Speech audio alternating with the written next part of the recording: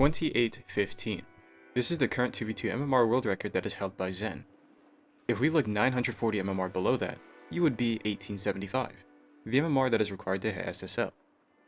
These numbers might not mean much to you, but to put things into perspective, that is the same MMR gap from an SSL to a Diamond 2.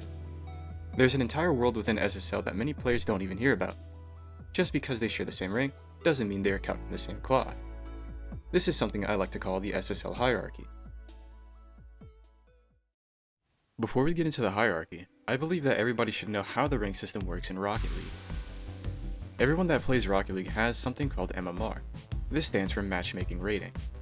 This is a mostly hidden number that determines what skill level your matches will be. In these matches, the team that wins the game will steal the MMR from the team that lost. In an average game, there is 9 MMR to be gained or lost on both sides. The only time this balance changes is when there's a large MMR difference between the two highest players. Rocket League matchmaking always tries to put the two highest players against each other. The MMR that is gained from a win is based on the difference between the two highest rated players on each team.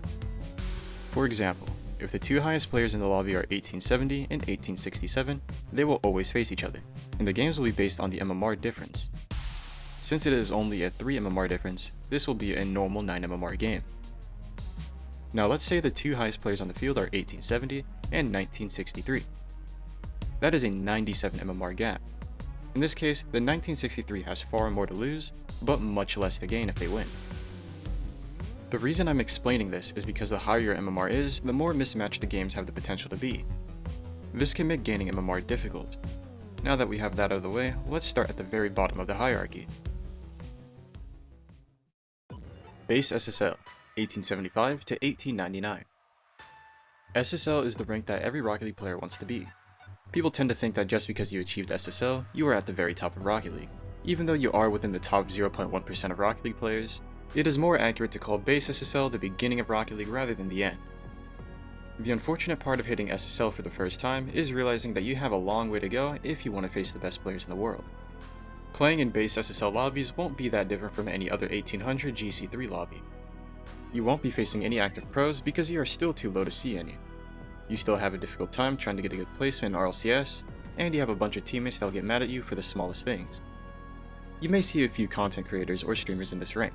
Players like Scissors, Tenacity, or Basilisk are a few that tend to hover around this MMR. It's an impressive achievement, but it's nothing you haven't heard of before, so let's move on. Low SSL, 1900 to 1999. Even though 1900 is just slightly above base SSL, you will definitely feel the difference between these two tiers. This is where the rank really starts to feel like SSL. The chances of you finding players that are much higher than you has increased a lot. When you get deeper into SSL, matchmaking can be inconsistent and make matches that are unfair or less balanced compared to the lower ranks. It isn't that rare to find a teammate or an opponent that's over 100 MMR away from you. This is where the rank system talked about at the beginning starts to become much more relevant. Since there are less players the higher you go, you have a chance to face much higher MMR opponents, or get into a low rank lobby and risk losing an absurd amount of MMR. When there are less players to fill matches, Rocket League will sometimes have to improvise and bring the next closest thing. There are far more 1800 players than 1900 players, so the game will try to use them to fill the match. Having 1800 players act as a substitute for 1900 lobbies is something that can happen a lot. This is something that can happen to you as well.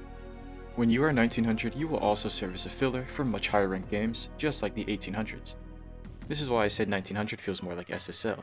You having the chance to face players that are far higher ranked than you can make the games much more interesting. In SSL, the match quality is constantly changing, so the games you get can be very different from one another. The effect this has on low SSL is present, but not nearly as harsh as the next tier ahead. Mid SSL, 2000 to 2199. Reaching 2000 MMR in 2v2 is one of the biggest milestones in Rocket League. Even among the top 0.1% of players, you were able to show that you were a cut above the rest. This is a massive achievement that most players could only dream of. Even though it's objectively impressive, players just treat this as their new average. Since 2000 MMR is such a large milestone, this almost feels like it's a new rank entirely. Because of this, people will treat this as a new basic requirement when finding teammates for tournaments like RLCS, Cash Cups, Frost, or whatever has a prize pool. Achieving this rank will be a massive turning point for most players.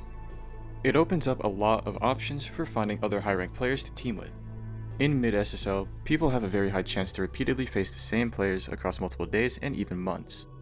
So forming connections becomes a bit easier since there's a decent chance that someone has seen you before and know how you play. These lobbies are very different from the previous tiers of SSL. Players that tend to stay in mid-SSL are far more consistent, controlled, and dangerous compared to low SSL. Even though you are good at the game, you will sometimes serve as a filler player for the much higher ranked 2100 to 2200 lobbies. You are high ranked enough to be matched, but not quite good enough to fit in. When you move on to higher ranks like 2100, you will most likely find yourself in lobbies where you feel out of place. Facing active pros is something that can happen at this rank, but you are still too low for it to be a common occurrence. If you are able to break into the next tier of SSL, that might be a different story. High SSL, 2200 to 2399. Passing the gap between 2100 and 2200 is a huge deal. At this point, your MMR is starting to get really high. You'll be higher than many retired pros and face active pros far more often. There aren't a lot of players at this MMR, so you'll be finding a lot of matches where the MMR gap can be completely insane. Just like how the 2K players can serve as a filler for the 21 to 2200 lobbies, you'll be doing the same for the 23 to 2400 lobbies. If you are able to get into 2300, facing active pros just to rank up a bit more will be a very normal thing. By this point, you will likely be top 100. Being a high 2300 will expose you to just about any high ranked game you can imagine.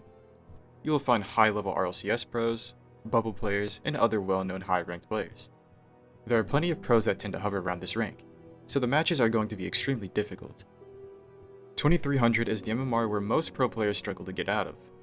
Something that players need to realize is that even pros have their limits. The Pinnacle, 2400 to 2815. If you manage to even touch this MMR range at all, you stand among some of the best players in the world. This MMR is so high that even some pros find it difficult to reach it. By this point, MMR doesn't matter as much as it used to. You are able to face anyone that is within this range of MMR. Even though you are guaranteed to be well into top 100 at this point, the hierarchy still exists even among the best. 2400 is the MMR where most pros will peak, but some pros stand out even among the top. Some high-ranked players have an average MMR that sits between 2500 to 2600. That is a range that plenty of pros have never even touched before. The players that tend to stay in the 25 to 2600 range consistently are some of the best 2v2 players in the world. Players like Vatira, Nas, and TRK are a few players that tend to hover around this MMR.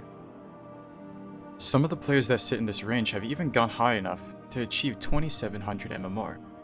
There's only a handful of people who have ever peaked 2700. But there was only one player to break the 2800 barrier. As of 2025, Zen currently holds the MMR world record of 2815. Getting this record is far from an easy task. The rank system will be entirely against you at this point, since there is nobody to match you other than pro level 2v2 players that are likely over 200 MMR away from you. You have to go on a massive winning streak against some of the best Rocket League players in the world. Losing even once would set you back multiple games. You have to sit in queue for an extremely long time and then gain nothing but scraps after winning. It is an achievement that is extremely impressive. This is something that will definitely be a big part of Rocket League history. As you can see, the gap between base SSL and the MMR world record is extreme. If there is anything to take away from this, it is that there are levels to Rocket League that most players will never even experience. Don't be upset about being a lower ranked player compared to others. You can be proud of the rank you achieve no matter what it is. Anyways, thanks for watching, and don't get tilted.